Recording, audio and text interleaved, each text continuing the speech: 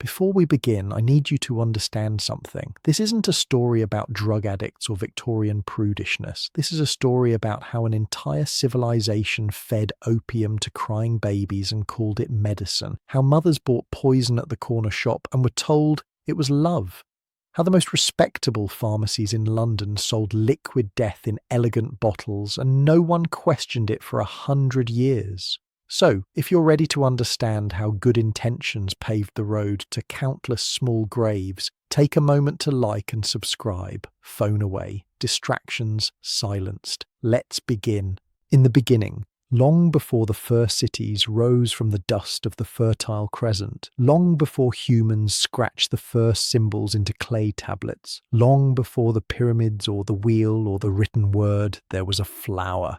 It grew wild in the sun-baked hills of the Mediterranean, a delicate thing with petals that ranged from white to deep crimson, petals that fell away within days to reveal a seed pod of extraordinary importance. This was Papaver somniferum, the sleep-bringing poppy, and its partnership with humanity stretches back so far into the mists of prehistory that we cannot say with certainty who first discovered its gifts. What we know comes from the silent testimony of archaeology. In the remains of Neolithic lake dwellings in Switzerland, dated to approximately 4000 BCE, researchers have found the preserved capsules of opium poppies stored alongside grain and other foodstuffs. These were not wild specimens accidentally collected.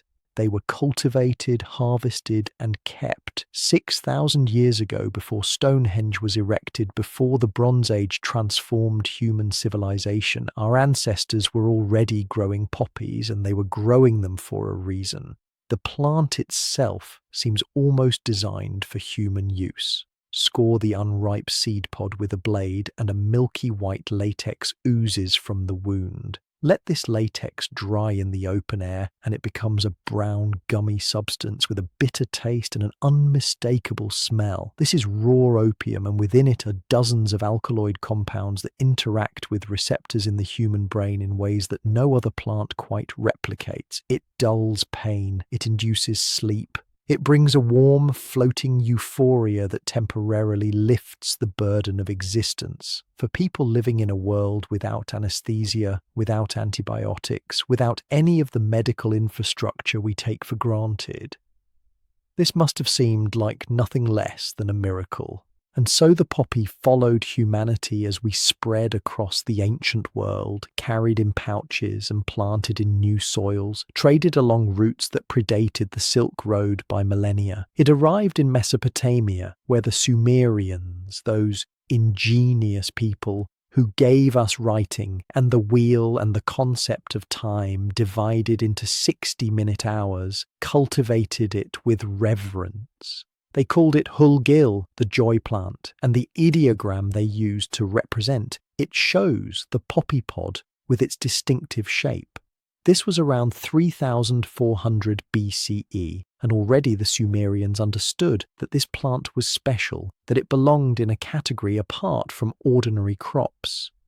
The knowledge passed to the Babylonians, who passed it to the Assyrians, who passed it to the Egyptians, each civilization adding its own understanding, its own uses, its own rituals. In Egypt, the Ebers Papyrus, one of the oldest surviving medical texts dating to approximately 1550 BCE, contains prescriptions for opium-based remedies. Among them, preserved across 35 centuries, is a recommendation that still has the power to chill the modern reader. The papyrus instructs caregivers to prepare a mixture of opium and fly excrement strained through a cloth and administered to crying children to quiet them. 3,500 years ago, Egyptian mothers were drugging their infants to make them sleep, using the same substance that Victorian mothers would reach for in the 19th century, the same fundamental chemistry that underlies the fentanyl patches and oxycodone pills of our own troubled era. The thread runs unbroken across all of recorded history. In ancient Greece, the poppy was sacred to Demeter, goddess of the harvest, and to Hypnos, the god of sleep.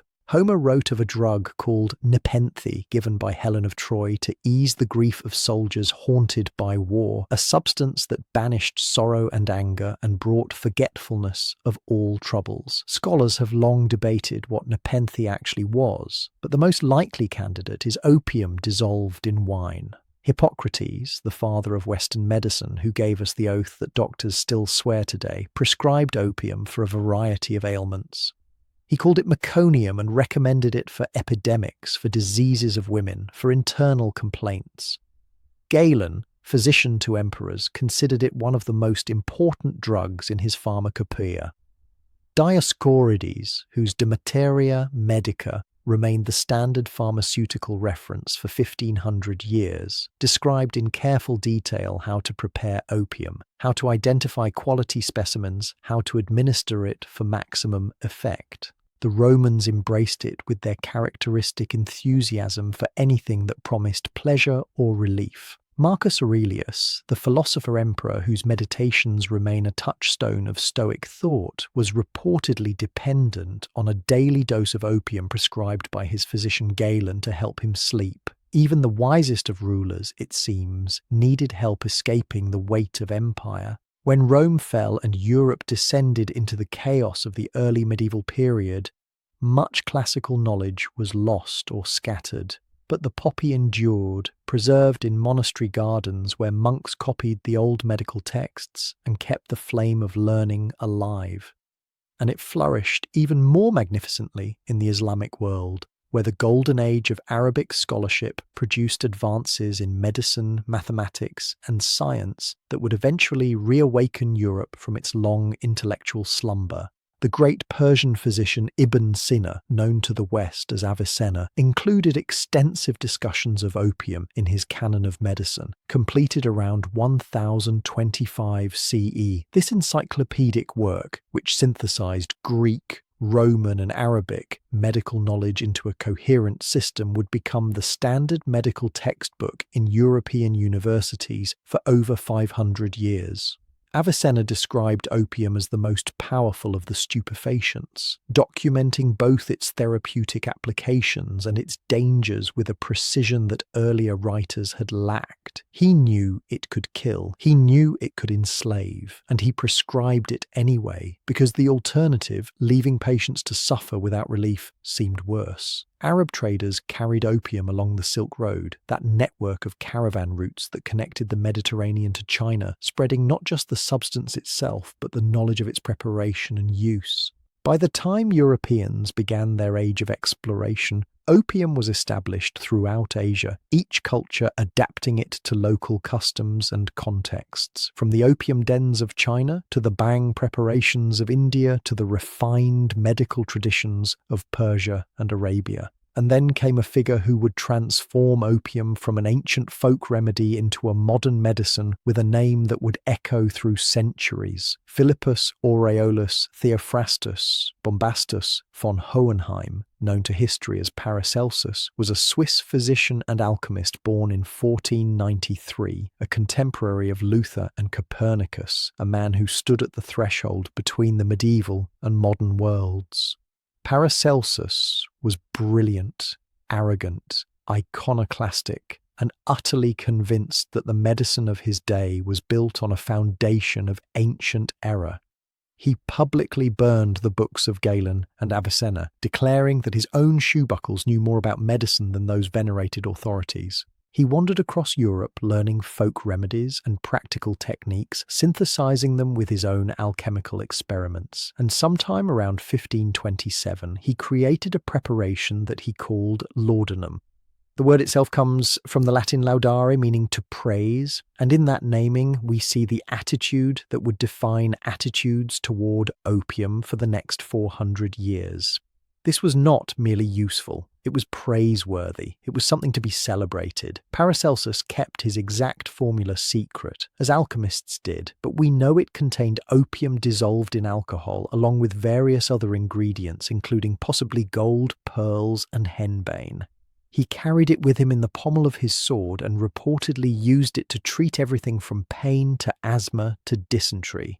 He called it the Stone of Immortality and claimed it could raise the dying from their beds. The specific recipe died with Paracelsus in 1541, but the concept of laudanum, of opium made portable and palatable through dissolution in alcohol, had been established. Others would refine and standardize what he had begun. The most important of these refiners was an English physician named Thomas Sydenham, born in 1624, who would come to be known as the English Hippocrates for his contributions to clinical medicine.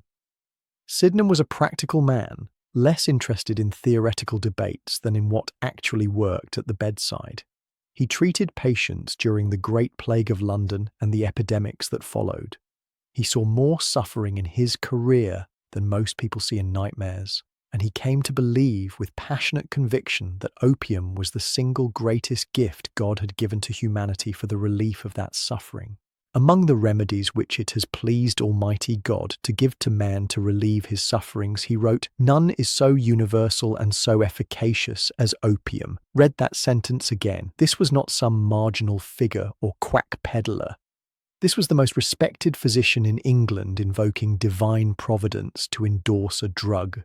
For Sydenham, prescribing opium was not just medically sound, but spiritually appropriate, a way of participating in God's merciful design for human comfort. His laudanum recipe, unlike the secret formula of Paracelsus, was openly published and reproducible. It consisted of opium dissolved in sherry wine, with the addition of saffron, cinnamon, and cloves. It was stable, standardized, and effective. It could be manufactured consistently, stored indefinitely, and dispensed in measured doses. In short, it was a modern pharmaceutical product ready for mass production and mass distribution. Sydenham died in 1689, but his formula lived on, becoming the standard preparation that would be manufactured and sold for the next 2 centuries. When Victorian mothers bought bottles of laudanum from their local chemist, when poets and philosophers and factory workers and aristocrats alike dosed themselves against the pains of existence, they were consuming essentially the same mixture that Thomas Sydenham had compounded 200 years before. The ancient gift of the poppy had been packaged, legitimized, and blessed by the highest medical and religious authorities of the age. The foundation had been laid for what would come next, for the ubiquitous drugging of an entire civilization, for bottles of sweet syrup spooned into the mouths of crying infants, for an epidemic of addiction hidden in plain sight behind the respectable facade of Victorian propriety. The plant that had followed humanity since the Neolithic age was about to reach its apotheosis, and the reckoning that would follow would be measured in countless silent graves. To understand what happened in Victorian Britain, you must first abandon any assumption that the people of that era were fundamentally different from us, that they were ignorant or foolish or somehow less capable of rational thought. They were not. They had inherited 5,000 years of medical tradition that unanimously endorsed opium as the greatest medicine known to humanity. They had the word of Hippocrates and Galen, of Avicenna and Paracelsus, of Thomas Sydenham himself, all confirming that this substance was safe, effective, and divinely sanctioned. When a Victorian mother reached for a bottle of laudanum, she was not making a reckless decision. She was doing what doctors recommended, what her own mother had done, what every authority she trusted told her was right. And so laudanum became not just common, but utterly ubiquitous, woven into the fabric of daily life in ways that seem almost impossible to comprehend from our modern vantage point. Consider the economics first, because economics always shapes behaviour. In the mid-19th century, a dose of laudanum cost about a penny, sometimes less. A pint of beer cost 2p. A glass of gin cost the same or more. For the price of a single drink at the public house, you could purchase enough laudanum to keep you sedated for an entire day. For the working poor, for people surviving on wages that barely covered food and rent, this calculation was devastatingly simple. Alcohol provided brief oblivion at a high cost and left you with a hangover that made the next day's labour even more grueling. Laudanum provided longer, deeper relief at lower cost, with no morning after penalty that employers might notice. It was the rational economic choice, and millions of people made it. The substance was everywhere. You could buy it at the chemist, certainly, but you could also buy it at the grocer, at the general store, at market stalls, from travelling peddlers who went door to door. There were no prescriptions required, no questions asked, no records kept. You walked in, asked for a pennyworth of laudanum, and walked out with a small bottle of reddish-brown liquid that contained enough opium to kill a child or addict an adult. The 1868 Pharmacy Act attempted to impose some restrictions requiring that opium preparations be sold only by registered pharmacists, but enforcement was sporadic and exceptions were numerous. Patent medicines containing opium were largely exempt from regulation. The law was a gesture toward reform that changed almost nothing in practice. The scale of consumption is staggering when you examine the import figures. In 1830, Britain imported approximately 91,000 pounds of raw opium. By 1860, that number had tripled to 280,000 pounds. By some estimates, the per capita consumption of opium in Britain was higher than anywhere else on Earth, exceeding even China, the nation that Britain was simultaneously forcing at gunpoint to accept opium imports. The British were using more of their own product than they were pushing on their colonial subjects. The hypocrisy is breathtaking, but it also reveals something important about how normalized opium had become. This was not seen as drug use, in the way we understand that term. This was medicine. This was self-care. This was simply what people did when they felt unwell. To make this concrete, to make you feel the strangeness of it in your bones, imagine walking into your local pharmacy tomorrow and finding fentanyl patches available over the counter, no prescription needed, sold alongside the aspirin and the antacids. Imagine that every doctor you consulted recommended them. Imagine that your grandmother used them and her grandmother before her. Imagine that the most respected medical journals published articles praising their safety and efficacy. That was Victorian Britain, except it was not imagination, it was reality. And within this reality, some of the most celebrated figures of the age were regular users. Not hiding in shame, but often quite open about their habits because there was no shame attached to something so thoroughly respectable.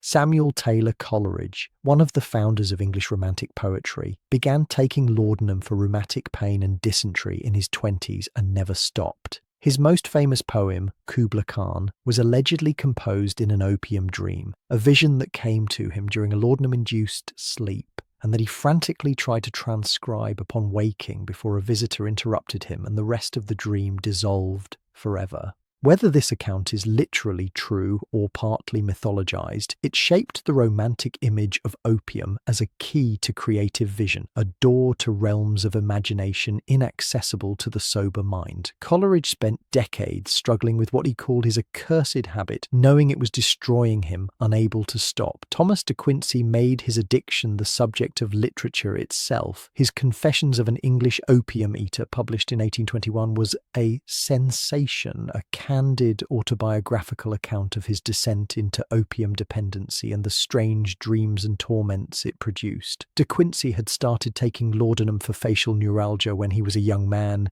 and found that it transformed his experience of the world. Happiness might now be bought for a penny, he wrote, and carried in the waistcoat pocket. Portable ecstasies might be had corked up in a pint bottle, and peace of mind could be sent down by the mail. The book was meant partly as a warning, but readers were often more seduced by his descriptions of opium's pleasures than deterred by his accounts of its pains. Elizabeth Barrett Browning, the celebrated poet who would become one of the most famous literary figures of the Victorian age, was prescribed morphine as a teenager for a spinal injury and continued using opiates throughout her life. Her correspondence reveals a woman who understood her dependency, even as she maintained it, who tried periodically to reduce her doses, who found that she could not write without the drug that was slowly killing her. Florence Nightingale, the founder of modern nursing, the saintly lady with the lamp, who tended to wounded soldiers in the Crimean War, returned from that conflict broken in health and dependent on opium for the chronic pain and illness that would confine her to her bed for much of the next 50 years. She remained productive, writing extensively on sanitation and hospital reform, but she did so while managing a drug habit that her doctors had created and that she could not escape. Even Queen Victoria herself was not immune. While the evidence for her personal opium use is less definitive than for some of these other figures, we know that she was prescribed cannabis-based preparations for menstrual cramps, and that opium-based medicines were standard in the royal household as in every other household of the era. The monarch who gave her name to the age was almost certainly among its many opiate users. Charles Dickens kept laudanum in his medicine cabinet. Wilkie Collins, his close friend and collaborator, was severely addicted for much of his adult life, writing his masterpiece The Moonstone while consuming enough laudanum to kill an ordinary person. The Bronte family lived in a household where Branwell Bronte died of tuberculosis complicated by opium and alcohol addiction. These were not deviants or outcasts. They were the cultural elite, the people who defined Victorian values and Victorian literature. Their drug use was not hidden because it did not need to be hidden. It was simply part of life. For women specifically, laudanum served a function that reveals as much about Victorian gender politics as it does about Victorian medicine. The ideology of the era held that women were delicate creatures prone to nervous complaints, fundamentally different in constitution from men. The catch-all diagnosis of hysteria could be applied to almost any female ailment that male doctors could not readily explain, and the treatment for hysteria was almost always sedation. Calm the hysterical woman down, quiet her nerves, restore her to the placid, compliant state that proper femininity required. Laudanum was perfect for this purpose. A woman experiencing menstrual cramps was given laudanum. A woman suffering through pregnancy was given laudanum. A woman struggling with menopause, with depression, with the frustrations of a life constrained by rigid social expectations was given laudanum. The corsets that fashionable women wore compressed their organs and restricted their breathing, causing real physical discomfort that was then treated with opiates. The pain was a product of culture, and the relief was a product of chemistry, and both conspired to keep women docile. Until the 1840s, when ether and chloroform began to be used in surgery and childbirth, laudanum was literally the only option for managing the agony of labour. Women gave birth screaming and were given opium afterward to help them recover. Or they were given opium during labour to dull the contractions, which sometimes slowed the delivery and created other complications. There was no good option, only the bad option of suffering without relief, and the complicated option of suffering with an addictive drug. Middle-class women who had the leisure to be sick and the money to buy medicine became the demographic most likely to develop laudanum dependency. They were the angels in the house, expected to maintain perfect domestic order while experiencing none of the drives or ambitions or frustrations that might disturb the serene surface of family life. When those frustrations inevitably arose, when the emptiness of a life defined entirely by husband and children became unbearable, the medicine cabinet offered an escape. The woman who could not function without her daily dose was not seen as an addict. She was seen as delicate, as nervous, as requiring the treatment that her physician had prescribed.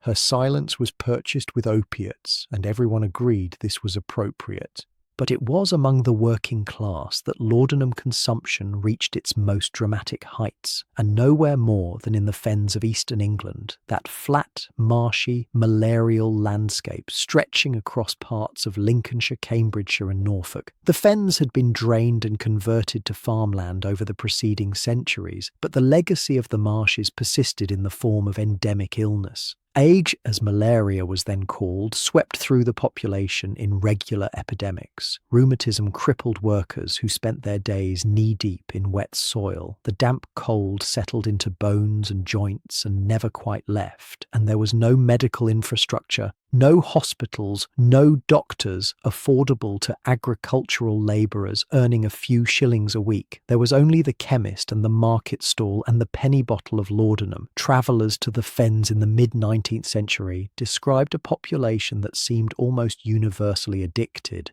On market days, the demand for opium was so great that it became a ritual. Opium Saturday, they called it, when workers would converge on market towns like Ely and Wisbech and March to purchase their weekly supply. The chemists would prepare in advance, knowing that they would sell more opium on that single day than on all other days combined. Some estimates suggest that opium consumption in the fens was 5 to 10 times the national average, which was itself the highest in the world. The people of the fens were not using opium to get high in any recreational sense. They were using it to survive. The 18-year-old drainage worker putting in 16-hour days in brutal conditions used laudanum to dull the aching in his muscles so he could get up and do it again tomorrow. The mother of 6 with a husband lost to fever used laudanum to quiet the gnawing hunger in her children's bellies when there was no food to give them.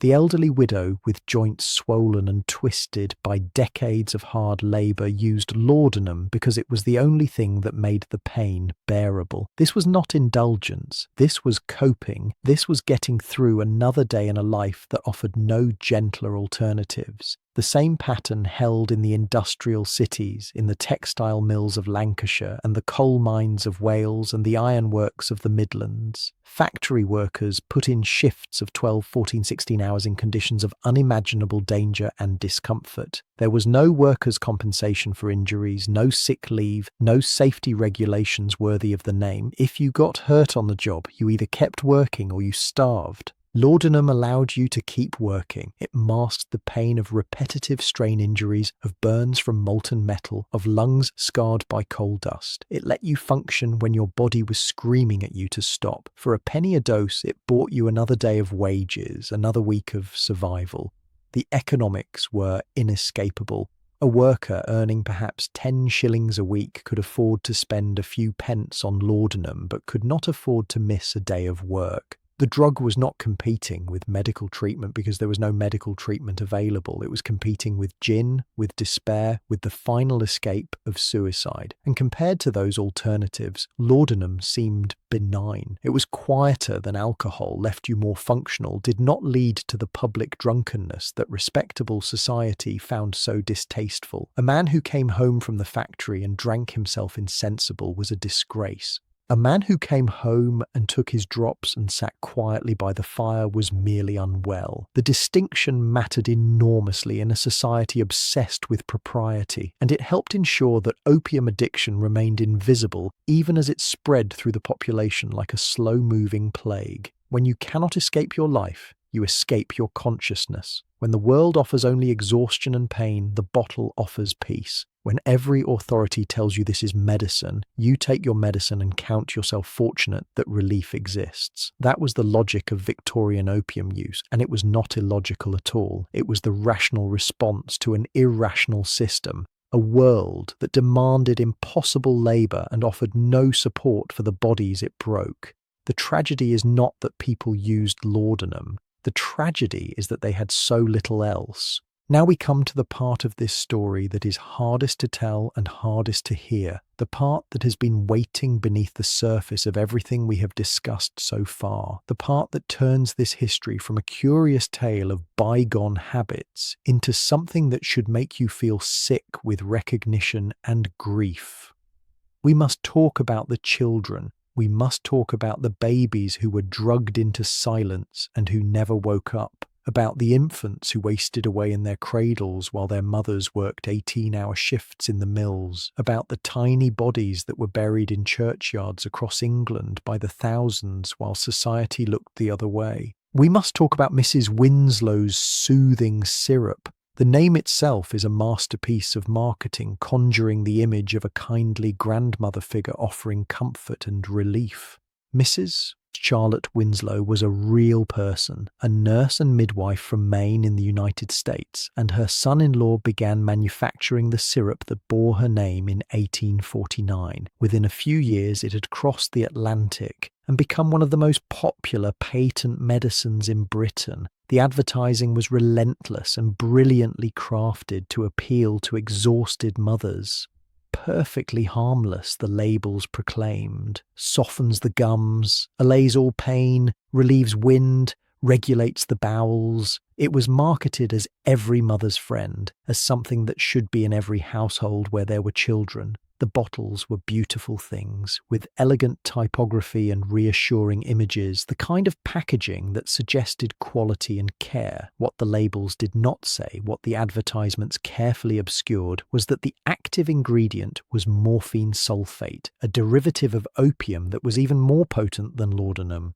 A single bottle contained enough morphine to kill a small child several times over. The dosage instructions were deliberately vague, telling mothers to give a teaspoonful as needed without specifying how many teaspoonfuls were safe, or what as needed actually meant. A teething baby who cried through the night might receive dose after dose after dose as a desperate mother sought a few hours of sleep, each spoonful pushing the infant closer to the edge of respiratory failure. Mrs. Winslow's was the most famous but far from the only product of its kind. Godfrey's cordial had been popular since the 18th century, a mixture of opium, treacle, and water that was specifically formulated for infants. Dalby's carminative promised to quiet fretful babies and help them sleep. Street's infant quietness made no pretense about its purpose in that name alone. There was Atkinson's Royal Infants Preservative, suggesting that even royalty trusted this medicine for their precious children. There was Mother's Helper, Mother's Blessing, Nurse's Friend, an entire industry built on the proposition that crying babies were a problem and opiates were the solution. The recipes varied slightly, but the core formula was always the same. Opium or morphine provided the active sedation. Treacle or sugar made the medicine palatable, even pleasant to young taste buds. Alcohol was sometimes added for additional sedative effect. The mixture would be cooked down to a syrup consistency and bottled for sale. Production required no special equipment, no medical training, no oversight of any kind. Anyone could manufacture these products, and many did, with wildly varying potencies that made safe dosing impossible, even if parents had been given accurate instructions, which they were not. To understand why mothers used these products, you must first understand the conditions in which working-class women lived. The factory system that drove the Industrial Revolution had no place for the biological reality of human reproduction. A woman who became pregnant faced an impossible calculus. There was no maternity leave, there was no job protection, there was no social safety net to catch families who lost a breadwinner's income. A woman who stopped working to care for an infant might find herself and her existing children thrown out on the street, evicted from the company housing that came with factory employment, left to starve or enter the workhouse where families were separated and conditions were deliberately made harsh to discourage dependency. So women kept working, often returning to the factory floor within days of giving birth, leaving their newborns in the care of whoever could be found to watch them. Sometimes this was an older daughter, a girl of 8 or 10 pulled out of school or the mills to tend to her siblings. Sometimes it was an elderly relative too frail for factory work. Sometimes it was a neighbour who took in children from multiple families, cramming a dozen infants into a single room, collecting fees from desperate parents who had no other option. These arrangements came to be known as baby farms, and the women who ran them faced an impossible task. How do you care for 10 or 15 babies at once, each with their own needs, each liable to cry at any moment demanding attention you cannot give? The answer, for many, was Godfrey's cordial.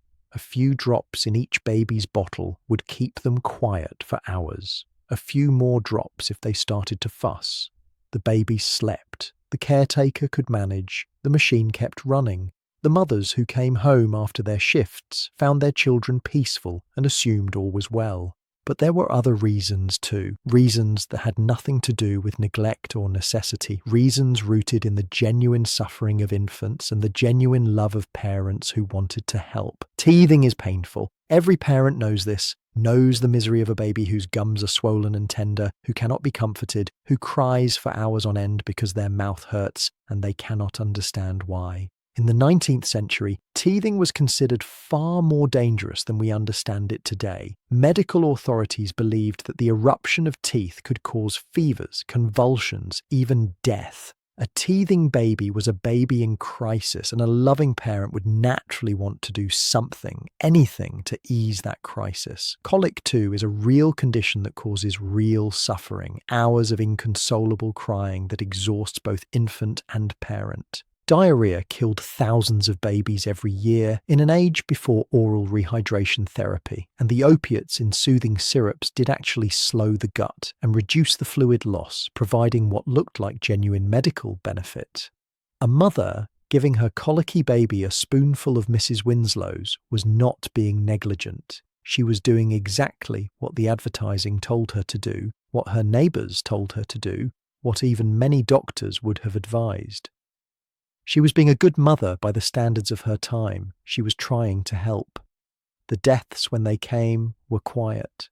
An infant given too much opiate does not cry out or convulse. The drug suppresses respiration, slowing the breathing until it stops altogether. A baby dosed heavily in the evening might simply fail to wake in the morning, found cold and still in the cradle, looking for all the world like a victim of what we would now call sudden infant death syndrome. The symptoms of opiate overdose in infants were not widely understood, and even when they were suspected, proving the cause of death was difficult. The soothing syrups were legal, the parents were grieving, and coroners had little incentive to pursue investigations that would only add to a family's burden. Many deaths were simply recorded as natural causes, as failure to thrive, as the mysterious workings of providence that carried so many children away before their time.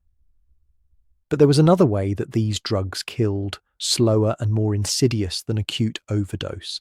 A baby who is given opiates regularly does not behave like a normal baby. Normal babies cry when they are hungry. They demand to be fed. They make their needs known in the only language available to them, the urgent language of screaming. But a drugged baby is quiet. A drugged baby sleeps. A drugged baby does not demand feeding with the insistence that prompts a busy or exhausted mother to stop what she is doing and nurse. And so the feedings become less frequent, the baby grows weaker, the opiates suppress appetite even further, and the child begins to waste away. Doctors described these infants in clinical terms, noting their shrunken features, their listless eyes, their failure to gain weight despite apparent contentment. The babies were starving to death in slow motion, too drugged to cry for help, and their silence was mistaken for good health. The mothers did not know. That is perhaps the most heartbreaking part of all of this. The mothers did not know what they were doing. They saw a quiet baby and assumed a happy baby. They saw a child who slept through the night and praised the medicine that made it possible. They had no way to understand the pharmacology of opiates, the development of tolerance, the suppression of appetite, and respiration. They trusted the labels that said perfectly harmless. They trusted the neighbours who recommended the products. They trusted the chemists who sold them without warning. When their babies died, many mothers blamed themselves for some unknown failure of care, never suspecting that the medicine they had given with such love had been the instrument of death. The scale of this tragedy is difficult to calculate because so many deaths went unrecorded or misattributed. But the evidence we do have is damning. In certain districts of England during the 1830s and 1840s, more than half of all coroners' inquests into infant deaths found evidence of opiate poisoning. Reformers estimated that thousands of babies died every year from the direct and indirect effects of soothing syrups, and thousands more survived with permanent damage to their development. This was not a rare event or an isolated problem.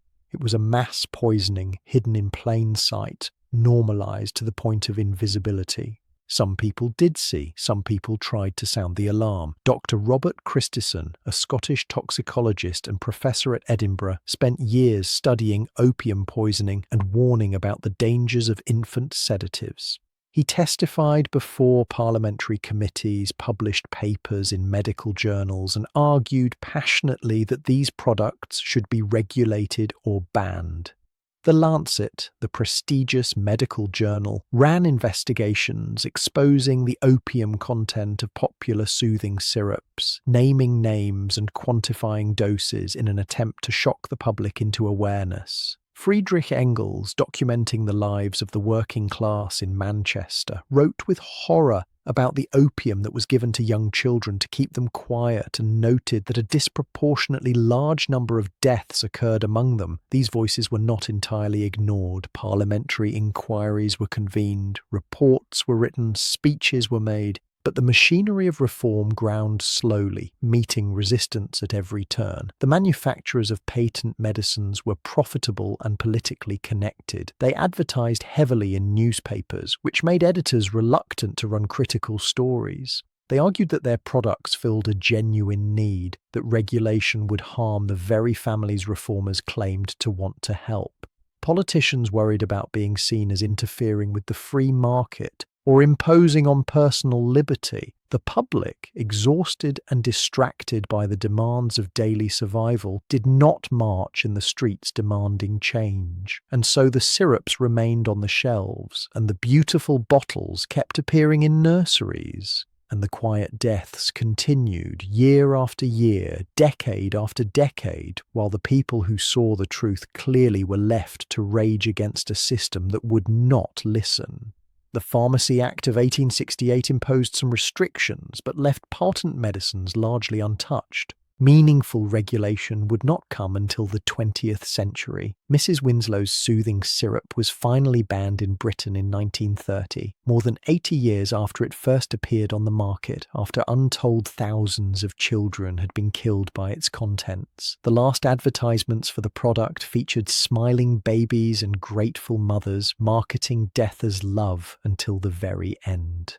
The laudanum that Victorian mothers spooned into their babies' mouths did not materialize from nothing. It came from somewhere, grown by someone, shipped across oceans by someone else, sold at profit by yet another party in a chain of commerce that stretched from the poppy fields of Bengal to the nurseries of Manchester. To understand the full scope of what happened in the 19th century, we must follow that chain, must zoom out from the individual bottle on the shelf to the global system that produced it, must confront the breathtaking hypocrisy of an empire that waged war to force opium on other nations while its own citizens were quietly being consumed by the same drug.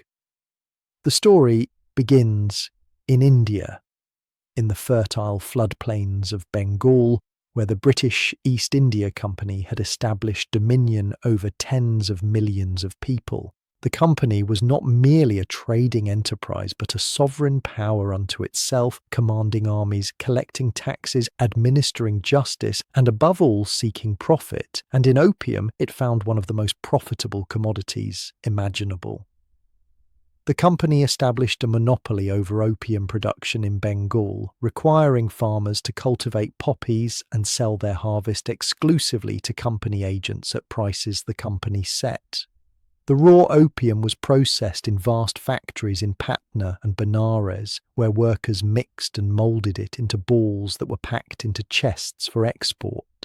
The scale of production was staggering, hundreds of thousands of acres under cultivation, millions of pounds of opium produced annually, an entire agricultural economy reshaped to feed the demand for a single intoxicating substance.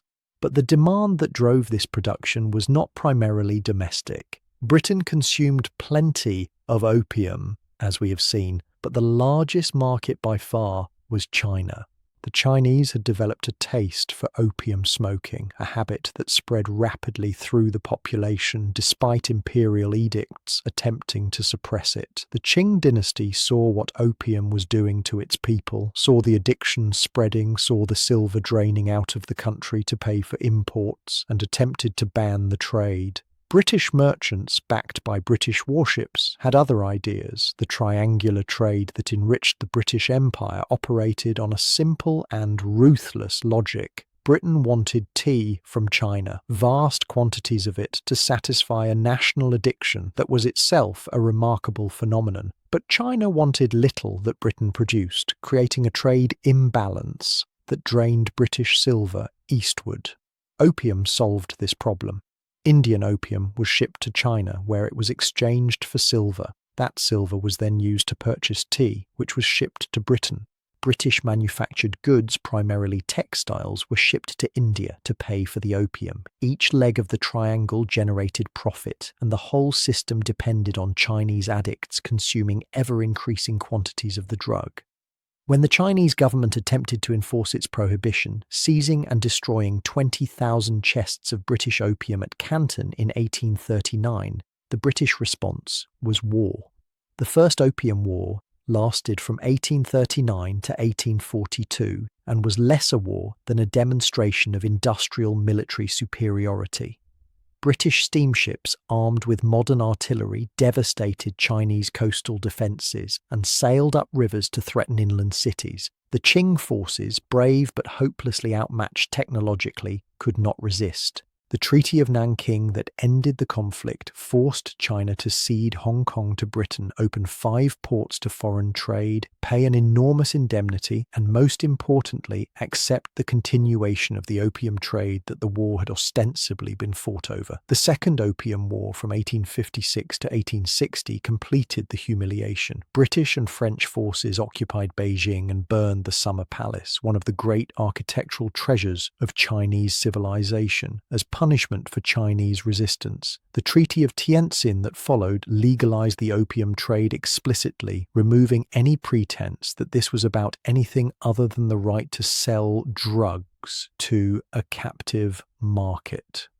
By the 1880s, the opium trade was generating approximately £7 million annually for the British Indian government, making it one of the largest sources of colonial revenue. Let that figure settle in your mind then. £7 million a year in an era when that sum represented vast wealth derived from selling an addictive drug to a population that had tried to refuse it and been conquered for their refusal. The same substance that was quieting babies in Liverpool and numbing factory workers in Birmingham was being forced at gunpoint into the veins of Chinese civilization. The moralists who worried about opium use among the British working class raised no objection to this.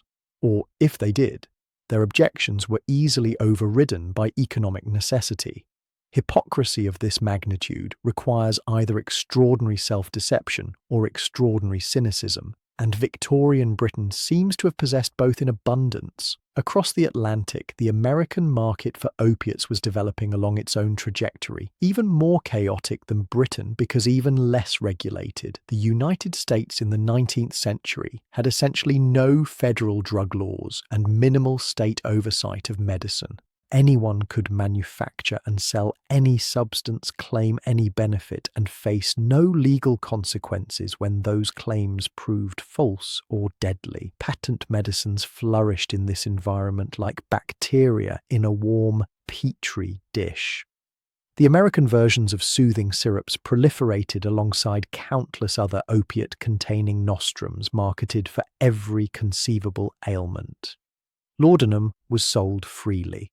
Paregoric, a camphorated tincture of opium, was a household staple. Morphine solutions were available to anyone who asked for them. The labels promised cures for consumption, for cancer, for diabetes, for addiction itself in a particularly vicious irony. The fortunes built on this trade were substantial, and the fortunes bought political influence that protected the industry from regulation. Newspapers depended on patent medicine advertising for a significant portion of their revenue, which made editors reluctant to publish critical coverage and created a structural conflict of interest that served the manufacturers well. The Civil War accelerated everything. The conflict produced casualties on a scale Americans had never before experienced, hundreds of thousands of wounded men in desperate need of pain relief. Military doctors dispensed morphine with liberal hands, using the newly invented hypodermic needle to inject it directly into the bloodstream for faster effect. The needle had been developed in 1853 by Alexander Wood in Edinburgh and Charles Prevaz in Lyon, working independently on similar designs, and it transformed the pharmacology of opiates. Swallowing laudanum meant waiting for the drug to be absorbed through the digestive tract, a process that took time and was affected by what else was in the stomach. Injection delivered the drug directly to the bloodstream, producing an almost instantaneous rush of relief, followed by the warm, floating euphoria that made opiates so seductive. It was also far more addictive, creating a more intense high and a more intense craving for repetition.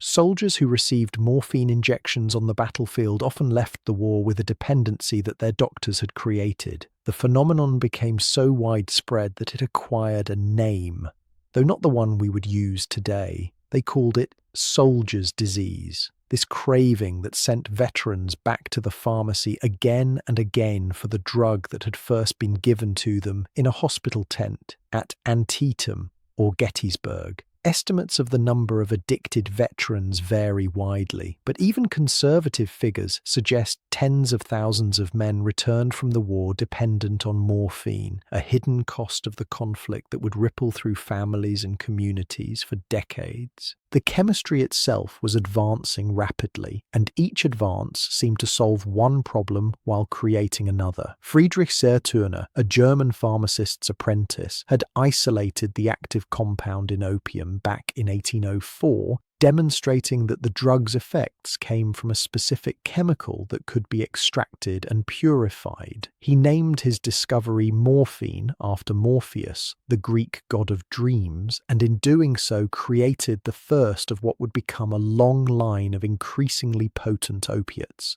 Pure morphine was more powerful than raw opium, easier to dose precisely, and as it turned out, considerably more addictive. The hypodermic needle made morphine addiction even more severe, but surely the medical establishment reasoned some other compound could be found that provided pain relief without the troublesome dependency. In 1898, the German pharmaceutical company Bayer introduced what they believed was the solution. They had synthesized a new compound by acetylating morphine, creating diacetylmorphine, and their initial tests suggested it was effective against coughs and pain while being less addictive than the morphine it was derived from. They marketed it under a brand name chosen to convey its heroic healing properties. They called it heroin. The Bayer company promoted heroin as a safe and non-addictive substitute for morphine, recommending it for coughs, for respiratory ailments, even for the treatment of morphine addiction itself. For a few years, until the truth became impossible to ignore, heroin was sold over the counter as a miracle drug, another in the long line of opiate products promising relief without consequences. The pattern should by now be familiar. Opium was dangerous, so morphine was developed as a safer alternative. Morphine proved more addictive than opium, so heroin was developed as a safer alternative. Heroin proved more addictive than morphine, and the cycle continued, each solution becoming the next problem, each advance in chemistry outpacing the slower advance of wisdom. We know now what the Victorians did not, or perhaps what they refused to acknowledge, that opiates work by binding to specific receptors in the brain, that regular use causes the brain to adapt by reducing its own production of natural pain-relieving chemicals, that this adaptation creates tolerance requiring larger doses for the same effect. That cessation after prolonged use triggers withdrawal symptoms of genuine physical agony as the brain struggles to function without the drug it has come to depend upon. Addiction is not a moral failure. It is a predictable biological response to a chemical that hijacks the reward systems that evolution gave us to encourage survival and reproduction. The Victorian opium user, whether a respectable poet in Hampstead or a factory worker in the Fens, was not weak-willed or self-indulgent. They were caught in a trap that their biology had been designed to make inescapable.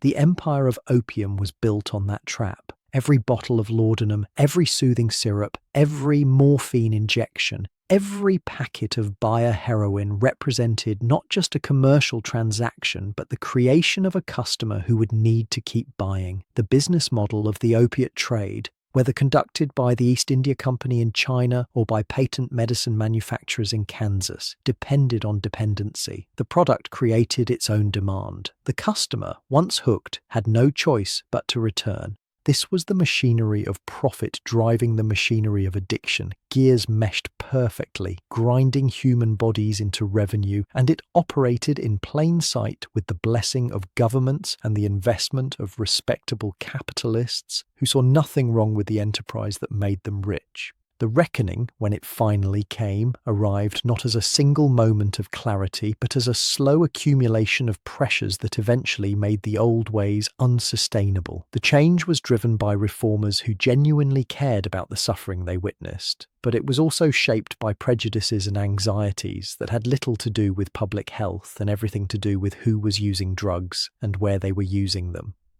To understand how laudanum went from every mother's friend to a controlled substance requires understanding that the story of drug prohibition is never simply a story about drugs. The temperance movement had spent decades campaigning against alcohol, building a powerful coalition of religious leaders, women's organizations, and social reformers who saw drink as the root of poverty, violence, and moral decay. By the middle of the 19th century, this movement began expanding its attention to other intoxicants, recognizing that the gin they despised and the laudanum they had largely ignored were working on the same populations with similar effects. The Society for the Suppression of the Opium Trade, founded in 1874, brought together humanitarian concern for Chinese victims of the opium trade with domestic anxiety about British addiction, creating a reform movement that attacked the drug from multiple angles simultaneously. The medical profession, too, was transforming in ways that would reshape attitudes toward opiates. For most of history, medicine had been an unregulated field where anyone could claim expertise and sell treatments. The 19th century saw the rise of professional medical organizations, standardized training, licensing requirements, and a new sense among physicians that they should control access to powerful drugs rather than leaving such decisions to patients and shopkeepers. Doctors began to argue that opiates were too dangerous for unsupervised use, that only trained professionals could properly assess when the drugs were needed and in what doses. This was partly genuine concern for patient safety and partly professional self-interest, a bid to establish medicine's authority over a market that had previously operated without it. The Pharmacy Act of 1868 represented the first meaningful attempt at regulation in Britain, requiring that opium and its preparations be sold only by registered pharmacists and that sales be recorded in a poison register. The law was full of loopholes and poorly enforced, but it established the principle that these substances were different from ordinary goods, that they required special handling and oversight. The patent medicine industry fought the restrictions and largely succeeded in exempting their products. But the direction of travel was clear. The era of completely unregulated opiate sales was ending. In the United States, reform came later, but eventually went further. The Pure Food and Drug Act of 1906 did not ban opiates, but required that products containing them be labeled accurately, ending the practice of selling morphine and opium under deceptive names that concealed what buyers were actually purchasing. For the first time, a mother buying soothing syrup would know it contained opiates. The law was championed by journalists and activists who had documented the patent medicine industry's deceptions, and it represented a significant victory for transparency, even if it stopped short of prohibition. But there was another current running through the reform movement, darker and more troubling, that would ultimately shape drug policy in ways that persist to this day. As concern about opiate addiction grew, that concern became increasingly focused not on the respectable users who had always formed the majority of consumers, but on specific populations who could be marked as foreign, dangerous, other.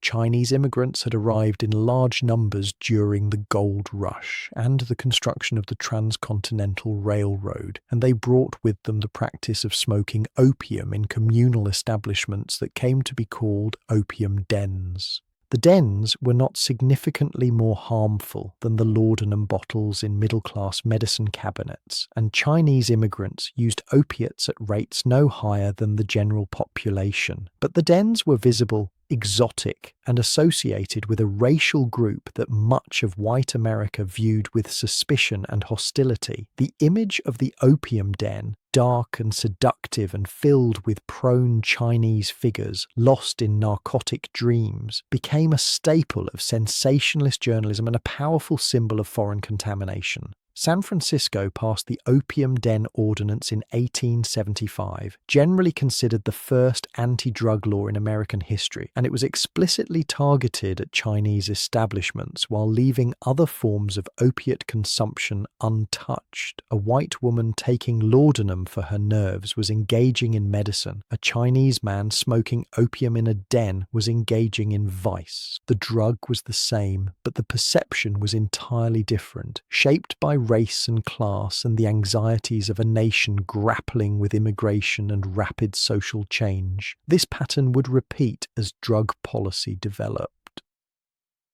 The Harrison Narcotics Tax Act of 1914, which effectively criminalized non-medical opiate use in the United States, was promoted using racist imagery that associated drugs with Chinese immigrants, with Black Americans, with Mexicans, with any group that could be portrayed as threatening the white majority. The shift from understanding addiction as a medical problem to treating it as a criminal problem was driven as much by these prejudices as by any rational assessment of harm. In Britain, the Dangerous Drugs Act of 1920 brought opiates under strict prescription control, finally ending the era when anyone could walk into a chemist and purchase laudanum without a doctor's involvement. The pharmaceutical industry adapted, transforming from a largely unregulated enterprise selling directly to consumers into a regulated industry selling through medical gatekeepers. Mrs. Winslow's soothing syrup, that cheerful killer of infants, lingered on the market longer than it should have, finally banned in Britain in 1930 after more than 80 years of sales. The last bottles were sold with the same reassuring labels that had adorned the first ones, perfectly harmless to the very end. But prohibition did not end opiate addiction any more than it ended alcohol consumption. It drove the trade underground, transformed users into criminals, created black markets that enriched organized crime, and ensured that those who continued to use would do so without medical supervision or quality control. The problems that had plagued Victorian society did not disappear. They changed form, became invisible to respectable eyes, and continued to claim victims in the shadows where respectable eyes did not look. The door that had stood open for 5,000 years had finally swung shut, but the poppy remained on the other side, patient and eternal, waiting for the next chapter of its long partnership with humanity.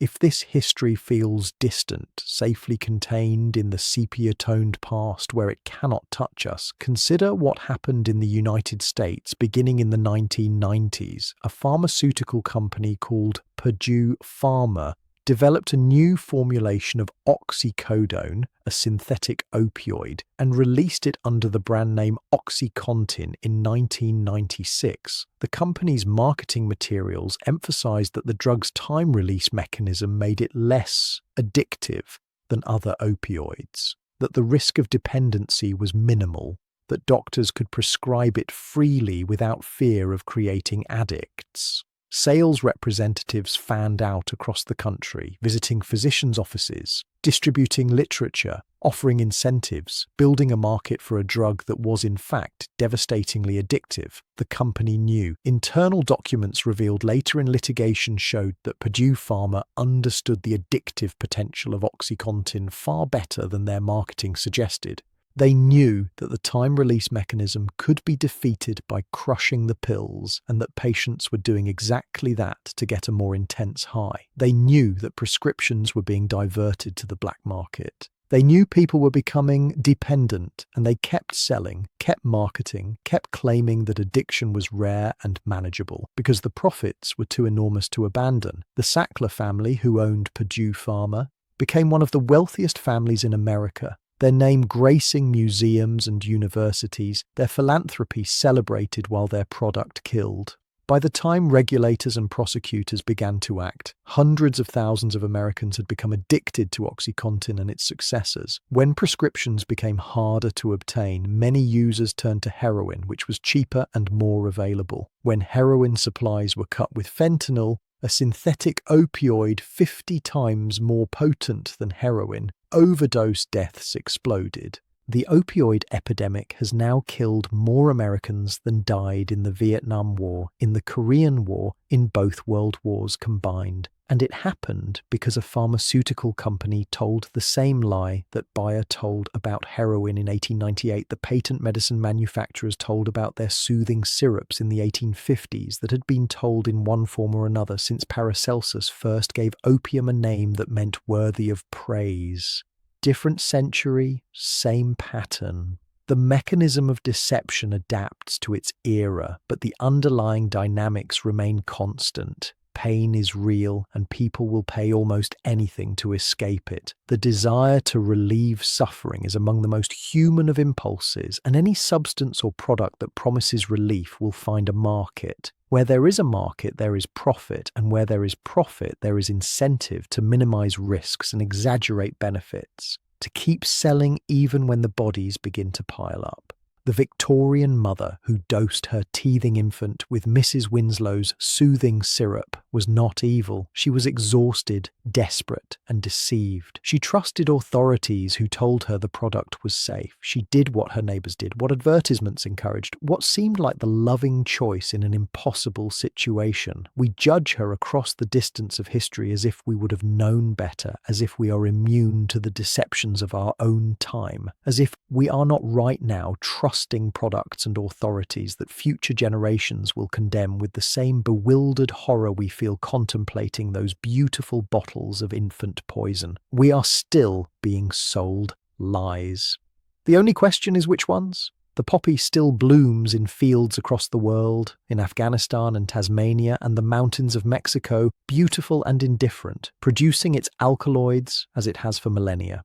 Pain still calls to us in the night, in our injuries and illnesses, in the grinding misery of lives constrained by circumstance, in the ordinary suffering that comes with being human. And we are still deciding how to answer that call, still searching for relief, still vulnerable to those who would sell us solutions without acknowledging the costs. The history of laudanum is not merely a curiosity from a vanished age.